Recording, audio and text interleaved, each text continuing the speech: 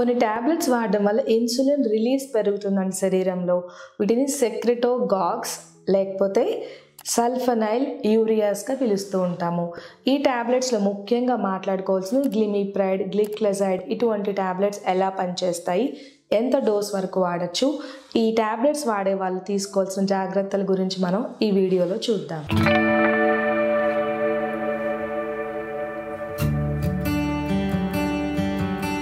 Hi, నేను doctor Deepti కారేటి, immense clinics నుండి.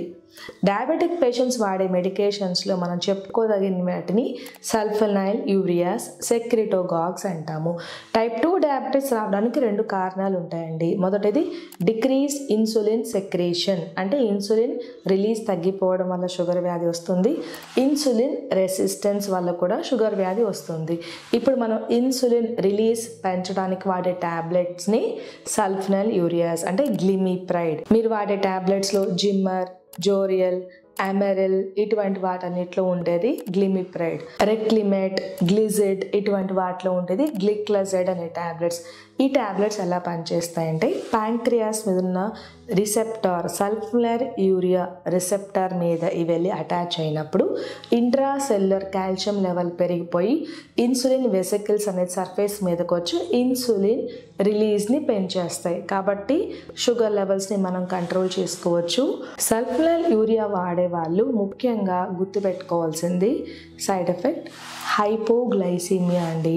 ఈ టాబ్లెట్స్ వాడే వాళ్ళు టైంకి ఆహారం తీసుకోకపోతే షుగర్ లెవెల్స్ పడిపోతాయి. ఎందుకంటే మనం ఆహారం తీసుకున్నా తీసుకోకపోయినా ఈ టాబ్లెట్స్ కంటిన్యూస్గా ఇన్సులిన్ రిలీజ్ చేస్తూనే ఉంటాయి. కాబట్టి టైంకి ఆహారం తీసుకొని వాళ్ళల్లో షుగర్ లెవెల్స్ పడిపోవచ్చు.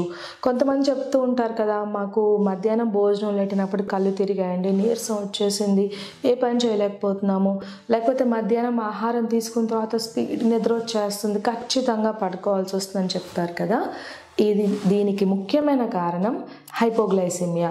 కాబట్టి గ్లిమిప్రైడ్ టాబ్లెట్ వాడేవాళ్ళు ఉదయం బ్రేక్ఫాస్ట్ 8 గంటలకి చేస్తే 11 గంటలకి ఖచ్చితంగా రాగి జావ కానీ ఓట్స్ సూప్ ఇటువంటి స్నాక్ తీసుకోవడం వల్ల మనం హైపోగ్లైసీమియా రాకుండా నివారించుకోవచ్చు.